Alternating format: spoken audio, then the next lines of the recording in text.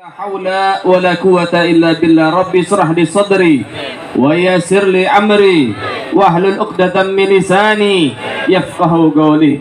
Amma ba'd. Alhamdulillah, yang sama-sama kita muliakan, kita hormati, kita kagumi, kita cintai, dari segenap para asatid, para alim ulama, para masyayikh, para tokoh-tokoh masyarakat, para muallim, para mudarris, para tuan-tuan guru, para hadirin, para hadirat, muslimin, muslimat yang ada dan berkumpul ada di tempat ini, yang tak sanggup saya menyebutkan namanya satu demi satu. Namun harapan kita mudah-mudahan nama kita semua tercantum di setiap pintu surga Allah Subhanahu wa taala. Mudah-mudahan yang punya hajat, hajatnya dikabulkan oleh Allah. Yang punya dosa, dosanya diampuni oleh Allah. Yang punya usaha diberkahi oleh Allah. Yang punya keluarga jadi keluarga yang sakinah, mawaddah, warahmah. Yang punya anak menjadi anak-anak yang saleh dan soleha. Yang mencari ilmu mudah-mudahan mendapatkan ilmu yang barakah dunia dan akhirat. Amin ya rabbal alamin. Wabil khusus penghormatan setinggi-tingginya saya berikan kepada segenap para panitia dan juga guru saya Al-Habib Lutfi Al-Haddad, yang insyaallah mudah-mudahan guru-guru kita juga dijaga dan dilindungi oleh Allah Subhanahu wa taala. Mudah-mudahan para panitia kerja kerasnya berbuah syafaat dari baginda Nabi Muhammad sallallahu alaihi wasallam. Ya ayyuhal hadirin rahimakumullah. Limpahan puja dan puji syukur kehadirat Allah Al-Malik Al-Ahad Al-Fardu Samad alladzi lam yalid wa lam yulad. Segala puji bagi Allah, Tuhan yang Maha Esa, yang Maha Tunggal, yang Maha Kuasa. Dan dialah Allah Subhanahu wa ta'ala, zat yang memberikan hidayah kepada hamba-hamba yang dikehendakinya. Salawat teriring salam terus kita berikan dan curahkan kepada hadratir Rasul imamuna wa qudwatuna wa sayyiduna Muhammad sallallahu alaihi wasallam bi afdhalis salawat wa ta'zim. Saudara yang dimuliakan oleh Allah, malam ini kita berkumpul bersama-sama. Panitia bekerja keras semaksimal mungkin sehingga tercipta perayaan Maulid. Tujuannya membuktikan rasa mahabbah kita yang tinggi kepada baginda Nabi Muhammad, kerinduan yang begitu dalam kepada Sayyiduna Muhammad. Perkumpulan semacam ini perkumpulan yang luar biasa di hadapan Allah, perkumpulan yang mendapatkan ganjaran yang besar di sisi Allah Subhanahu wa taala. Tidak ada kesia-siaan di dalamnya. Semuanya akan diganjar oleh Allah dengan keridhaan dari Allah Subhanahu wa taala. Al-Imam Asy-Syafi'i radhiyallahu taala anhu wa radha, beliau mengatakan di dalam Untaian Mutiaranya, beliau mengatakan, man jama'a li maulidin nabi ikhwanan wa hayya'a ta'aman wa ahla makanan wa amila ihsanan wa kana sababun li qiraatihi ba'athallahu yaumil qiyamah ma'a siddiqin wa syuhada was shalihin fi jannatin na'im. Beliau mengatakan, siapa orang yang kumpul dalam perayaan Maulid baginda Nabi Muhammad, wa hayya'a ta'aman, atau mereka nggak bisa kumpul, bisa ngirim, dia kirim kue, dia kirim minuman, dia kirim konsumsi, dia kirim materi, dia ikut serta, ikut andil dalam peringatan Maulid baginda Nabi Muhammad. Wa a'la makanan, dia nggak bisa nyumbang apa-apa, dia cuma bisa nyumbang tenaga. Dia persiapkan tempatnya, dia gelar karpetnya, dia dirikan tendanya, dia dekorasi tempatnya. Untuk apa? Supaya nyaman para tetamu Sayyiduna Muhammad. Wa amila ihsanan, dia nggak bisa ikut bantu apa-apa, dia nggak bisa memberikan sumbang siapa apa, tapi dia berlaku baik dalam perayaan Maulid Nabi. Dia dukung, dia bantu, dia dukung, dia kasih apresiasi. Memberikan apa? Wa amila ihsanan, perlakuan baik dalam perayaan Maulid Nabi. Apa? Dia buka pagar-pagar rumah mereka, dia kasih lahan-lahannya untuk menampung para pecinta Sayyiduna Muhammad. Dari kalangan pejabat dan apa, tidak mempersulit, itu termasuk perlakuan baik dalam perayaan Maulid Nabi Muhammad, dapat ganjaran di sisi Allah Subhanahu wa taala. Apalagi apartnya nyumbang, ngasih izin saja mendapatkan ganjaran di sisi Allah. Wa kana sababun li qiraatih, dan adapun mereka sekelompok panitia yang bekerja keras, gara-gara dia akhirnya tercipta perayaan Maulid. Duduk sama-sama nih anak muda, ngobrol ngalor ngidul, kemudian ada yang nyeletuk, bikin Maulid enak nih. Kemudian orang-orang tuanya dimusyawarahin, diajakin diskusi dan lain sebagainya, ngedukung anak-anak muda, ayo kita gerak bikin Maulid. Orang-orang yang semacam ini nih, para panitia, dapat ganjaran dari Allah Subhanahu wa Ta'ala. Ganjarannya nggak tanggung-tanggung. Orang yang hadir maulid, yang nyumbang maulid, yang nyiapin tempat, yang berlaku baik, yang menjadi daripada pemikir-pemikir atau karena gerakan mereka tercipta perayaan maulid.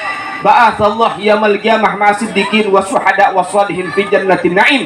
Besok di hari kiamat mereka semua akan dikumpulkan oleh Allah, dikelompokkan oleh Allah, disatukan oleh Allah bersama kelompok orang-orang soleh, orang-orang beruntung di dalam surga yang penuh kenikmatan dari Allah Subhanahu wa Ta'ala. Gak tanggung-tanggung.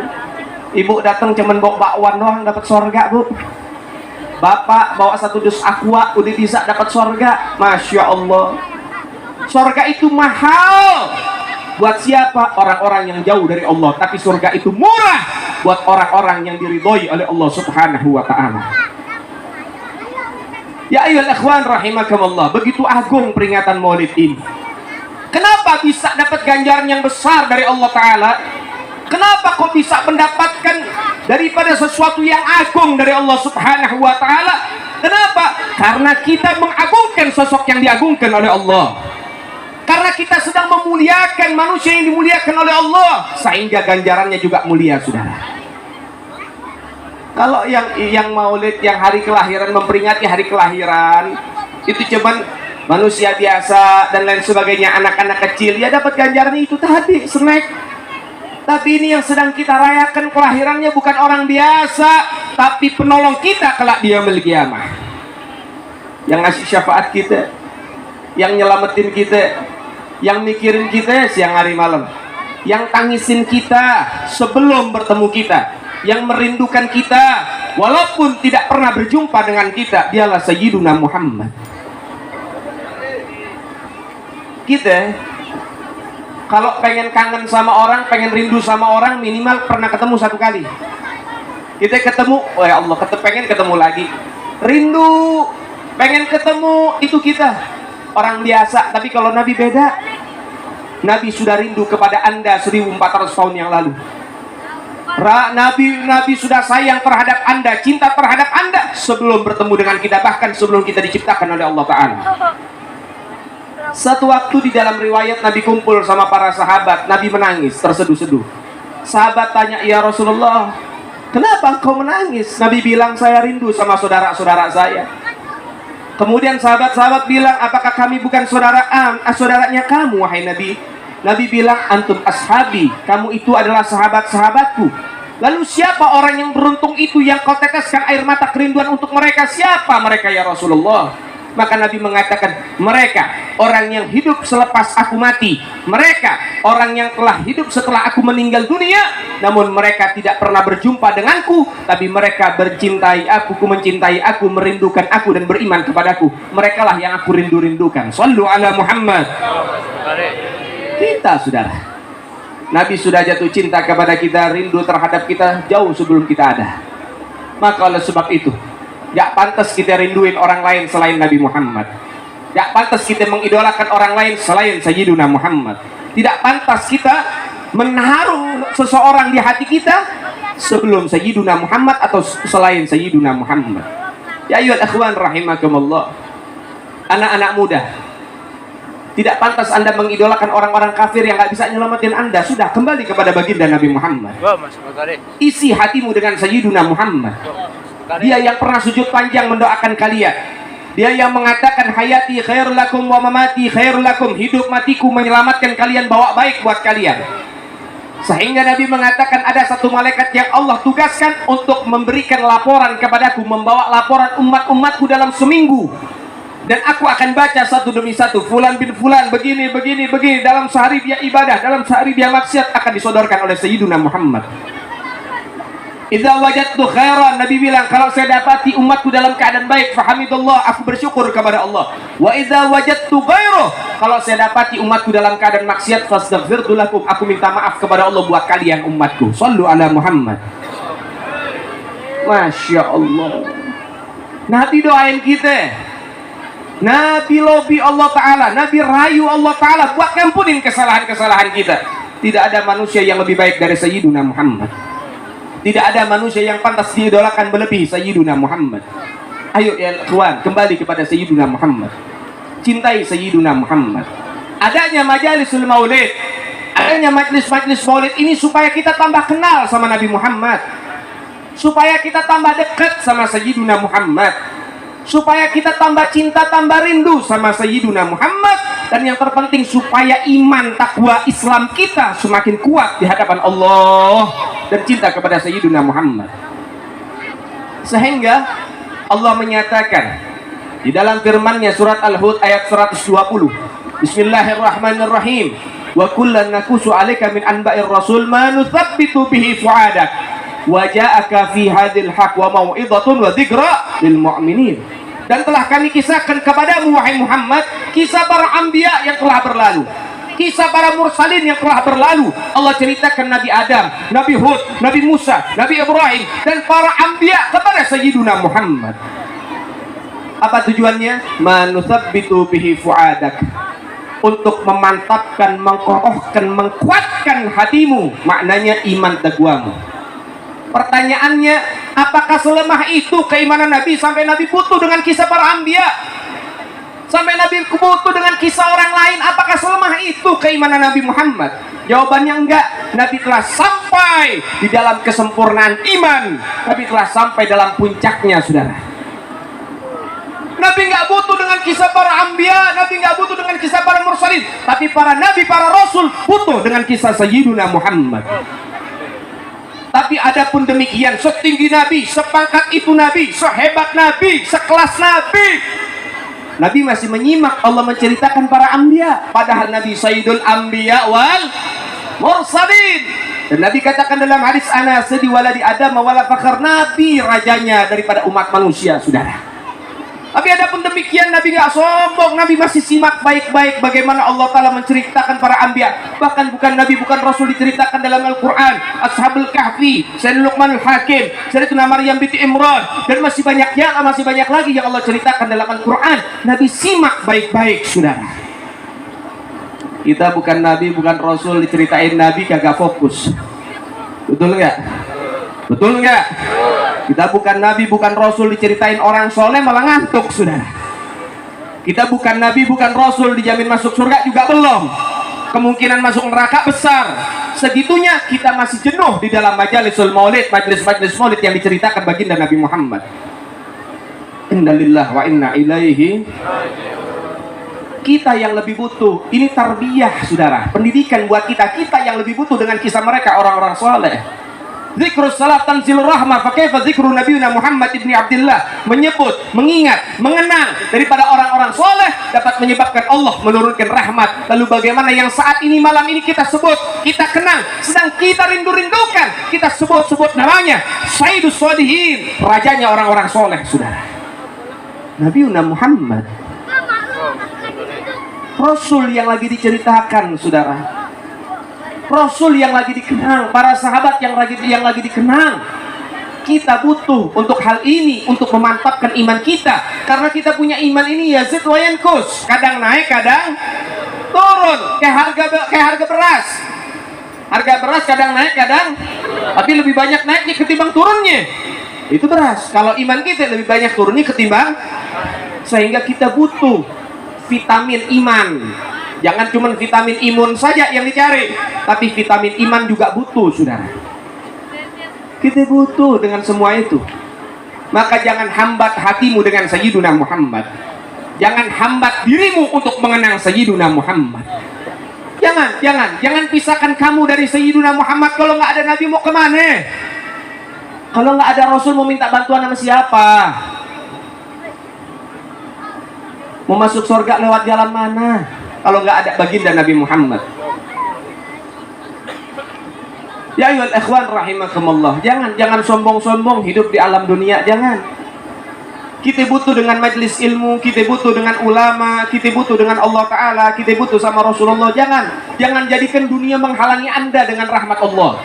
Jangan jadikan dunia ini menghalangi Anda dengan syafaat baginda Nabi Muhammad. Sibuk mencari dunia, sibuk dengan jabatan, sibuk dengan usaha, sibuk dengan duniawi, Anda lupa dengan ukhrawi, Anda lupa dengan ilahi, Anda lupa dengan sosok sang Nabi, sehingga itu semua akan menyebabkan kehancuran buat kita. Naudzubillah. Ayo ikhwan rahimakumullah. Maka oleh sebab itu, ayo lebih semangatkan kembali keimanan kita kepada Allah dan kepada Rasul. Tingkatkan semangat kita kepada Allah dan Rasul, karena kita butuh dengan itu semua. Ya ayyuhal akhwan rahimakumullah. Kalau lagi di majelis ilmu itu adabnya, akhlaknya duduk yang rapi, kemudian fokus yang diceritain Nabi, ente bingung sendiri. Saudara yang dimuliakan oleh Allah Subhanahu wa taala, baginda Nabi Muhammad sallallahu alaihi wasallam manusia paling mulia, manusia yang istimewa, sehingga jangan jadikan orang-orang lain di dalam hatimu menghilangkan sosok baginda Nabi Muhammad dalam dirimu. Saya doain mudah-mudahan yang fokus sama Nabi Muhammad besok dapat syafaat. Yang nggak fokus nggak dapat syafaat. Kenapa Nabi Muhammad tadi dilupain? Betul? Betul? Saudara, Nabi Muhammad ini luar biasa. Keadaan di dunia itu kurang lebih keadaan kita di alam akhirat. Kalau dalam keadaan dunia kita tidak fokus dengan baginda Nabi Muhammad, besok lusa ketika kita mencari Nabi Muhammad palingkan wajah dari kita. Naudzubillah. Ketika ditanya, ya Rasulullah, kenapa kau palingkan wajah dariku? Kenapa kamu nggak mau ngelihat aku? Apa kata Nabi? Karena di alam dunia cucu gue lagi cerita Nabi, ustadz para kiai lagi ceritain Rasulullah. Kamu sibuk sama suara petasan. Kamu sibuk sama orang yang dagang. Kamu sibuk sama yang lain. Betul apa enggak? Betul apa enggak? Keadaannya seperti itu. Dia milik yamalayan faumalun walabanun. Gak akan bawa manfaat, gak bakal bawa daripada penyelamatan apa? Hartamu, jabatanmu, pangkatmu, anak istrimu, gak bawa apa-apa. Di hari tersebut semua manusia kebingungan. Semua soal mencari sosok yang bisa bantu kita. Datang kepada Nabi Adam sampai Nabi Isa. Datang kepada Nabi Adam, wahai Adam tolong saya. Kami adalah anak cucumu. Apa kata Nabi Allah Adam? Nafsi-nafsi sendiri-sendiri. Saya juga punya kesalahan sehingga dikeluarkan dari surga, turun ke muka bumi. Sujud 300 tahun belum dimaafin sama Allah. Apa kesalahan Nabi Allah Adam? Apa kesalahan Nabi Allah Adam? Oh, bingung sendiri gitu. Kesalahannya makan buah khuldi. Satu kesalahan ditebus 300 tahun sujud belum diampunin sama Allah Ta'ala. Ketika ada di alam dunia dia sujud berderai air mata dengan tulus, dengan ikhlas minta maaf kepada Allah, belum diampuni. Allah ilhamkan satu doa yang dengan doa itu akhirnya diampuni kesalahan Nabi Allah Adam. Apa? Allahumma ghfirli bihaqqi Muhammadin illa ghafarta. Ya Allah, dengan kemuliaan sosok nama Muhammad, ampunin kesalahan saya. Diampunin sama Allah Ta'ala. Sallu ala Muhammad. Tanya sama Allah, wahai Adam, kamu mengenal Nabi di mana? Saya belum ciptakan dia. Saya belum wujudkan dia. Apa kata Nabi Allah Adam? Ya Rabb, ketika engkau menciptakan jasadku dan meniupkan ruh dalam tubuhku, aku mengangkat kepalaku, membuka kedua bola mataku. Yang pertama kali aku lihat, tertulis indah di tiang-tiang arsmu dan pintu-pintu surgamu, La ilaha illallah Muhammadur Rasulullah. Tiada Tuhan selain Allah dan Nabi Muhammad adalah utusan Allah. Tidak ada nama yang dapat bersanding dengan namamu melainkan nama satu sosok, dia adalah Muhammad. Dan kesimpulanku, Muhammad adalah manusia yang paling istimewa di hadapanmu ya Allah. Masya Allah. Apa kata Allah? Wahai Adam, aku ampunin kesalahan kamu berkat kekasihku Muhammad. Padahal alal hakikah itu bukan kesalahan, saudara. Para ulama memutuskan Nabi Adam makan buah khuldi itu bukan kesalahan, itu sudah takdir dari Allah Ta'ala. Itu salah satu cara Allah Ta'ala supaya ada kehidupan di alam dunia, supaya Allah bisa mewujudkan Sayyiduna Muhammad. Masya Allah. Nabi Allah Musa diselamatkan dari kejar-kejaran Fir'aun karena tawasul dengan Sayyiduna Muhammad. Nabi Allah Ibrahim diselamatkan dari kobaran api Namrud karena tawasul dengan Sayyiduna Muhammad.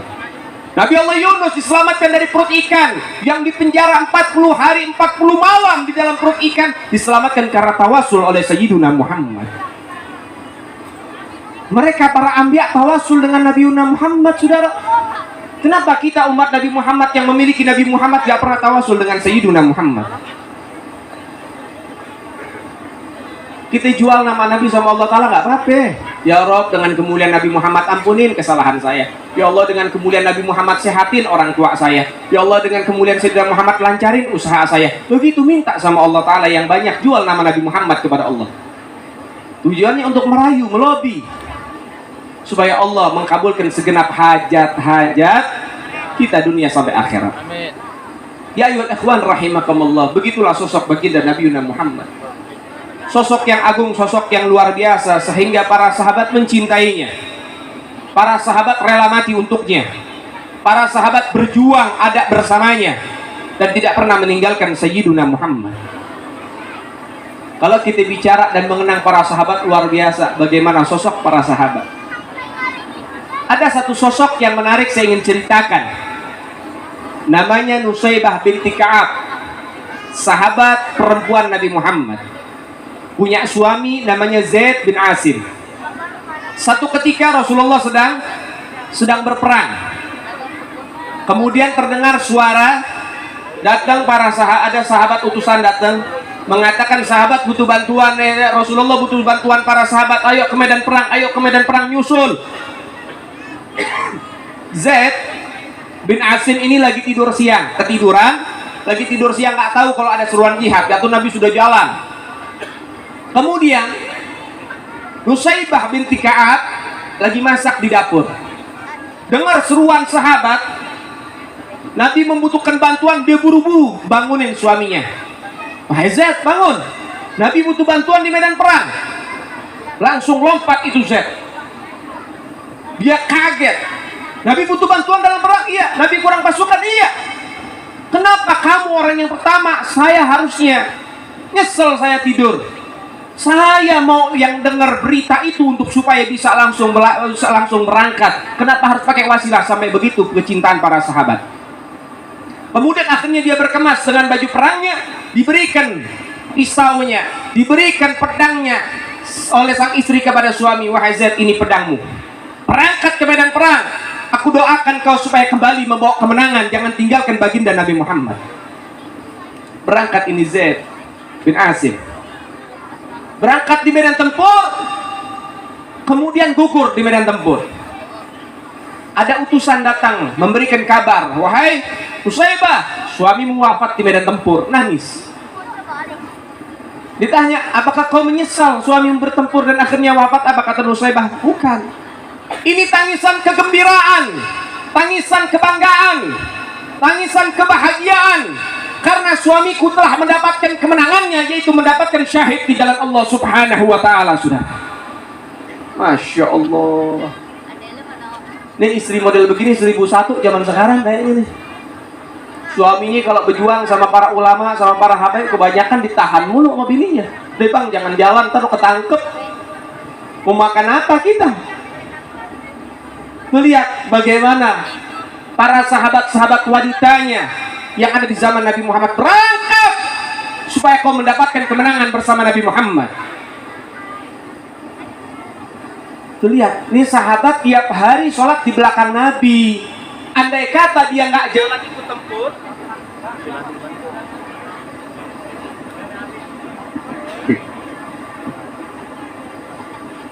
ada yang hasut. Andai kata dia tidak berjalan bertempur bersama Nabi Muhammad Shallallahu Alaihi Wasallam, sudah jelas kehidupannya baik, hari-harinya baik, saudara. Sahabat Nabi Muhammad, iya, sahabatnya Rasulullah. Andai kata nggak jalan perang, hari-harinya baik. Lah suami kita udah nggak ikut berjuang, berjuang kita nggak usah perang, berjuang kita bantu para ulama dakwah, berjuang kita bantu anak-anak muda biar pada doyan ngaji. Itu cara perjuangan kita. Suami kita udah kagak ngaji, sholat ditinggalin, main gaplek mulu tiap malam. Innalillahi wa inna ilaihi. Tapi mudah-mudahan suami di sini orang-orang yang soleh semua, istri di sini soleha semua. Amin ya rabbal. Nusaybah Lalu kemudian setelah itu saudara, Nusaybah bilang, beliau punya anak, ada dua. Yang pertama namanya Amr bin Zaid, ya. Yang kedua namanya Sa'ad. Amr ini usianya 15 tahun. Kemudian si Amr nanya sama ibunya, ibu kenapa nangis? Saya bangga punya suami mendapatkan syahid, tapi tangisan ini juga saya bingung. Kenapa? Setelah ini siapa lagi yang aku harus kirim? Dan harus bagaimana cara membantu perjuangan Nabi Muhammad Sallallahu Alaihi Wasallam. Apa kata anaknya? Bu, ada saya, jangan khawatir, kirim saya. 15 tahun menawarkan dirinya menjadi tentara baginda Nabi Muhammad. Bangga ini ibu, punya anak mental pejuang. Mafil abdil abna, kata orang-orang Arab. Apa yang ada sama bapaknya, sedikit banyak ada sama anak-anaknya. Buah jatuh nggak jauh dari pohonnya, kecuali ketendang baru jauh. Begitu hebat peranan para sahabat. Berangkat ini Amr, dia bilang sama ibunya, bilang, Amr, kuda ada di kandang, naiki dan pacu, bantu Sayyidina Muhammad. Dia pacu kudanya bertempur saudara. Dia tewas di medan tempur, mendapatkan syahid menyusul ayahnya. Datang utusan Nabi Muhammad, dia bilang, wahai Nusaybah, suamimu wafat, anakmu Amr juga wafat. Bangga lagi sang ibu karena punya suami menjadi syahid dan anak menjadi syahid. Kemudian bingung lagi, bagaimana cara bantu Nabi? Ada anak satu, saat umur masih 13 tahun. 13 tahun, umur 13 tahun, sekolah kelas berapa itu? 1 SMP. Kemudian sang anak bilang, Bu, ibu masih punya saya. Saya adalah anak dari Zaid bin Asim, lelaki yang begitu tangguh. Utus saya, wahai ibu, kakakku telah berhasil mendapatkan gelar syahid. Sekarang waktunya anakmu ini membawa gelar syahid dan akan menunggumu di gerbang surga. 13 tahun berangkat itu anak, dia pacu kudanya, dia bantu Nabi, bertempur bersama Nabi. Di bawah pedang ini anak yang usia 13 tahun, puluhan dari pasukan musuh tewas di tangannya saudara. Luar biasa. Namun tetap takdir Allah Subhanahu wa Ta'ala telah kekal. Anaknya pun akhirnya wafat di medan tempur, mendapatkan syahid saudara. Suaminya wafat, 2 putra kesayangannya wafat, meninggal semua saudara. Datang utusan Nabi, dia bilang, wahai Nusaybah, suamimu wafat, anakmu wafat, putra-putramu wafat, semua telah gugur di medan tempur. Nusaybah berpikir, bagaimana cara saya bantu Sayyidina Muhammad? Akhirnya Nusaybah mengatakan, wahai sahabat, aku Nusaybah akan bantu Sayyidina Muhammad. Nusaybah seorang wanita, dia bersiap, dia memberikan daripada persiapan, dia bawa obat-obatan, dia bawa pedang, dia bawa daripada panahnya, dia perangkat memacu kudanya, yang terakhir dia bantu Sayyidina Muhammad. Seorang wanita yang tangguh, sahabat baginda Nabi Muhammad. Nusaybah binti Ka'ab di medan tempur, dia melihat dari sosok yang berkerumun yang dia cari, sosok baginda Sayyidina Muhammad Sallallahu Alaihi Wasallam. Ketika dia lihat Nabi Muhammad dalam keadaan sehat, dalam keadaan baik, Nusaybah gembira hatinya. Dan Anda tahu saudara, dalam peperangan tersebut, Nusaybah ketika datang dalam peperangan Uhud di kala itu saudara, Nusaybah menyusul dalam peperangan tersebut. Anda tahu, dalam peperangan tersebut Nabi Muhammad sempat dikepung, dan ada 10 sahabat yang jadi apa? Benteng hidup baginda Nabi Muhammad, pagar hidupnya Rasulullah. Ketika kaum muslimin dihimpit dan terjepit, Nabi Muhammad dikepung oleh musuh, ada 10 daripada kalangan para sahabat yang menjadi benteng hidup Nabi Muhammad Sallallahu Alaihi Wasallam. Salah satunya yaitu suaminya Nusaybah yang akhirnya wafat. Kemudian putra-putrinya Nusaybah juga di situ juga menjadi benteng hidup yang akhirnya wafat. Dan yang terakhir Nusaybah jadi benteng saudara. Nusaibah nggak mau kehilangan kesempatan besar untuk masuk ke dalam surga Allah Ta'ala. Perempuan jadi benteng hidup baginda Nabi Muhammad. Sehingga dalam catatan, dalam peperangan tersebut Nusaibah mendapati 13 luka. 13 luka. Dan salah satu lukanya yang terparah yaitu di punggungnya, tebasan daripada pasukan berkuda musuh. Dan itu dia obati selama 1 tahun sudah.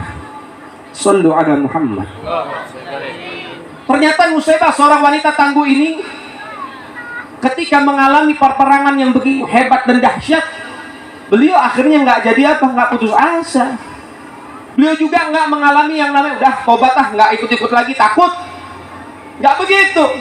Anda tahu ada beberapa peperangan kemudian Nusaibah ikut. Peperangan Yamamah, Nusaibah ikut. Dalam peperangan Yamamah, di situ dia mendapatkan syahid. Anda tahu Nusaibah mendapati apa lukanya? 11 luka dalam tubuhnya. Ini Yamamah. Kemarin Uhud 13, sekarang Yamamah 11. Anda tahu bukan hanya itu. Nusaibah dalam peperangan Yamamah, tangannya kedua-duanya terputus dan akhirnya wafat, saudara. Itu sahabat Nabi Muhammad dari kalangan wanita, Nusaibah binti Ka'ab. Masya Allah. Anaknya berangkat di medan tempur untuk bantu baginda Nabi Muhammad. Ini rasa cinta dari para sahabat, kecintaan orang-orang saat itu di hadapan Sayyidina Muhammad. Ada seorang ibu juga yang ikut berperang, anaknya, suaminya wafat di medan tempur. Kemudian dia menunggu si ibu tua ini di kota Madinah, di pintu kota Madinah. Kemudian ketika pulang, ada sahabat yang duluan jalannya, lebih sampai dulu. Ketika pulang dia kabarin, wahai sahabat, di mana Rasul ada di belakang. Kemudian akhirnya datang Rasulullah. Rasulullah bilang, wahai ibu, putramu wafat, suamimu wafat, anak-anakmu wafat. Kemudian kata si ibu ngomong apa? Ya Rasulullah, kullu musibah ba'daka khafif. Wahai Nabi, semua musibah yang menimpaku selain datangnya darimu itu semuanya ringan. Saya punya suami wafat, saya punya anak wafat, gak jadi masalah, yang penting engkau selamat. Begitulah sahabat baginda Nabi Muhammad. Sallu ala Muhammad. Sallu ala Muhammad. Allahumma salli wa sallim wa barik alaihi wa ala alihi wa sahbihi. Ya ikhwan rahimakumullah, mudah-mudahan dalam perkumpulan ini kita tambah dekat dengan Sayyiduna Muhammad. Kita tambah kenal dengan Sayyiduna Muhammad. Kita tambah cinta dengan Sayyiduna Muhammad. Kita tambah rindu dengan Sayyiduna Muhammad yang menyelamatkan kita dan menanti kita untuk memberikan syafaat kepada kita. Dialah sosok baginda Nabi Muhammad. Dan juga wahai anak-anak muda, jangan tinggalkan majlis-majlis yang dekat sama para ulama, mumpung guru-guru kita masih hidup. Para asatidnya, para kiainya, para habaibnya, ikutin majlis-majlis mereka, karena mereka peninggalan baginda Nabi Muhammad. Mereka titipan Sayyiduna Muhammad. Majlis ini hadiah untuk kalian dari Sayyiduna Muhammad sallallahu alaihi wasallam. Sehingga mudah-mudahan yang kumpul di majlis-majlis yang semacam ini, yang dikatakan oleh Nabi ini adalah raudhah min riyadil jannah, taman dari taman surganya Allah yang ada di alam dunia. Mudah-mudahan Allah kumpulin kita di dalam surga bersama baginda Nabi Muhammad. Rabbi fanfa'na bi barakatihim wahdinal husna bi hurmatihim wa amitna fi tariqatihim wa mu'afati minal fitani wa sallallahu ala sayyidina Muhammad sayyidil mursalin walhamdulillahi rabbil alamin. Sebelum ditutup, tadi kita lihat ada kuis. Ini saya apresiasi dari Pak Lurah. Ini adalah pelajaran ya untuk anak-anak muda. Dan luar biasa, alhamdulillah banyak juga yang mengenal baginda Nabi Muhammad. Namun perlu diingatkan kembali, kuis-kuis semacam ini harus butuh ada di panggung-panggung maulid yang semacam ini. Dan saya apresiasi. Namun sebelumnya, tim Hadrah, ayo kita kenalin lagi keluarga-keluarga baginda Nabi Muhammad. Kita bawain qasidahnya Habib Rizik. Ini Masya Allah, qasidahnya Habib Rizik Rohatil ini memperkenalkan daripada siapa? Memperkenalkan keluarga baginda Nabi Muhammad, memperkenalkan sosok Nabi Muhammad sallallahu alaihi wasallam dengan apa? Dengan ringkas dan gampang buat dihafal buat anak-anak muda. Ini kalau hafalnya lirik bisa jawab tadi, lumayan cepet tuh. Ya, lalu mudah-mudahan insyaallah mudah-mudahan jadi berkah semua. Amin ya rabbal alamin.